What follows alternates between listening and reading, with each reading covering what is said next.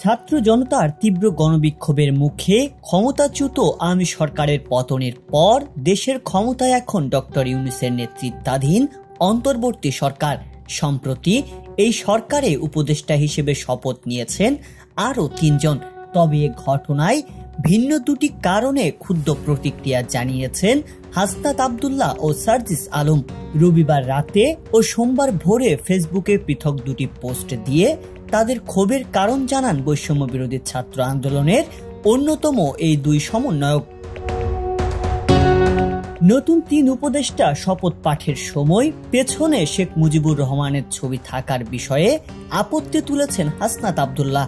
সোমবার ভোরে নিজের ফেসবুক পেজে তিনি লিখেছেন, আমরা সারাদিন লিখ তাড়াবো আর বলবো মুজিববাদ মুর্দাবাদ, আর তারা মুজিবের ছবি পেছনে টানিয়ে করে শপথ পাঠ। অন্যদিকে সমন্বয়ক সার্জিসের অভিযোগ উপদেষ্টা নিয়োগে। তিনি লিখেছেন, শুধু একটা বিভাগ থেকে ১৩ জন উপদেষ্টা, অথচ উত্তরবঙ্গের রংপুর রাজশাহী বিভাগের ১৬টা জেলা থেকে কোনো উপদেষ্টা নেই। তার উপর খুনি হাসিনার তেলবাজেরাও উপদেষ্টা হচ্ছে। উল্লেখ্য, রবিবার সন্ধ্যায় উপদেষ্টা হিসেবে শপথ নেন আকিজ গ্রুপের এমডি শেখ বসিরউদ্দিন, নির্মাতা মোস্তফা সরওয়ার ফারুকি এবং সমন্বয়ক মাহফুজ আলম। রাষ্ট্রপতি তাদের শপথ বাক্য পাঠ করান। এর মধ্যে শেখ বসিরউদ্দিনকে দেয়া হয়েছে বাণিজ্য, বস্ত্র ও পাট মন্ত্রণালয়ের দায়িত্ব। মোস্তফা সরওয়ার ফারুকি পেয়েছেন সংস্কৃতি বিষয়ক মন্ত্রণালয়ের দায়িত্ব। তবে এতদিন প্রধান উপদেষ্টার বিশেষ সহকারীর দায়িত্বে থাকা মাহফুজের দায়িত্ব এখনো বন্টন হয়নি। এদিকে এক বিভাগ থেকে ১৩ উপদেষ্টার বিষয়ে এখন পর্যন্ত কোনো মন্তব্য পাওয়া না গেলেও হাসনাত আব্দুল্লাহর অভিযোগ তোলার পর বঙ্গভবনের দরবার হল থেকে শেখ মুজিবুর রহমানের ছবি সরিয়ে ফেলা হয়েছে।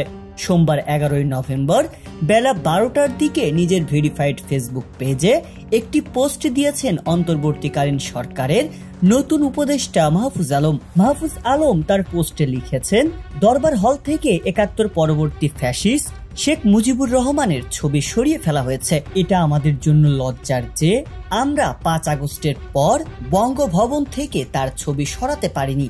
এজন্য ক্ষমা চান মাহফুজ আলম। তিনি বলেন, মানুষের জুলাইয়ের চেতনা যতদিন বেঁচে থাকবে ততদিন তাকে আর কোথাও দেখা যাবে না। মাহফুজ আরও লিখেছেন, শেখ মুজিব ও তার কন্যা বাংলাদেশের জনগণের সঙ্গে যা যা করেছেন তার সবকিছু বাংলাদেশ আওয়ামী লীগকে অবশ্যই স্বীকার করতে হবে এবং ক্ষমা চাইতে হবে।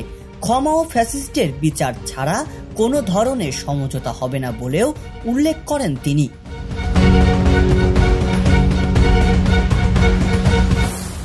সংবাদ, ফিচার ও অনুষ্ঠানের জন্য ভিজিট করুন সংবাদ প্রকাশের ওয়েবসাইট এবং যুক্ত থাকুন ফেসবুক পেজ ও ইউটিউব চ্যানেলের সঙ্গে।